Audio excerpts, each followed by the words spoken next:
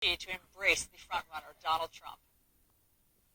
I think it's pretty clear. We're going to embrace whoever the nominee is. I embrace all of these candidates. I embrace them all. So we're going to determine the delegates coming through March, and whoever the nominee ends up becoming, they're going to inherit, or they're going to join, I should say, the biggest RNC operation that we've ever put together. Yeah.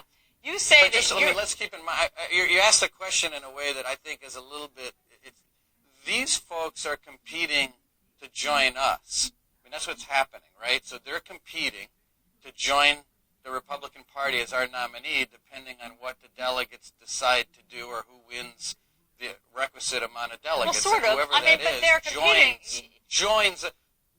That's what they're doing, though. They're competing to be the nominee of the Republican Party. Yes, that's but they're competing to become the president of the United States. And so they are looking for voters, all voters, to vote for them. I mean, my point is this, Ron, is that, listen. No, they're not. They're competing.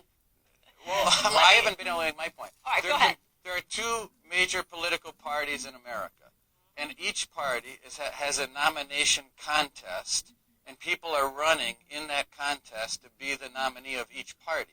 So in Cleveland, we're going to vote on the floor for who that nominee is. That nominee joins the Republican Party.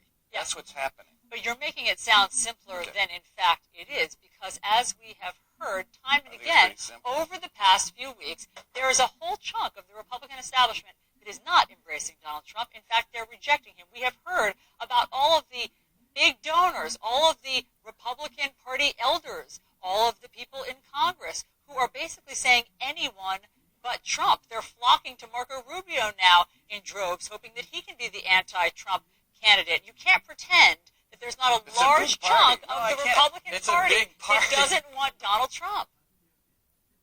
And it's a big party.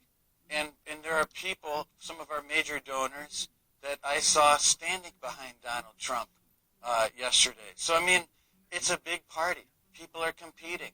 And people are endorsing different candidates. I saw people going to John Kasich. I saw people going to Marco Rubio. I saw Steve Wynn with Donald Trump. I mean, so, look, we're going to have a nominee, and our party is going to join in with that nominee to win a general election against a candidate that just yesterday is now seeing that her staff is going to be deposed under oath by the FBI. So, I mean, we're in great shape to win in November,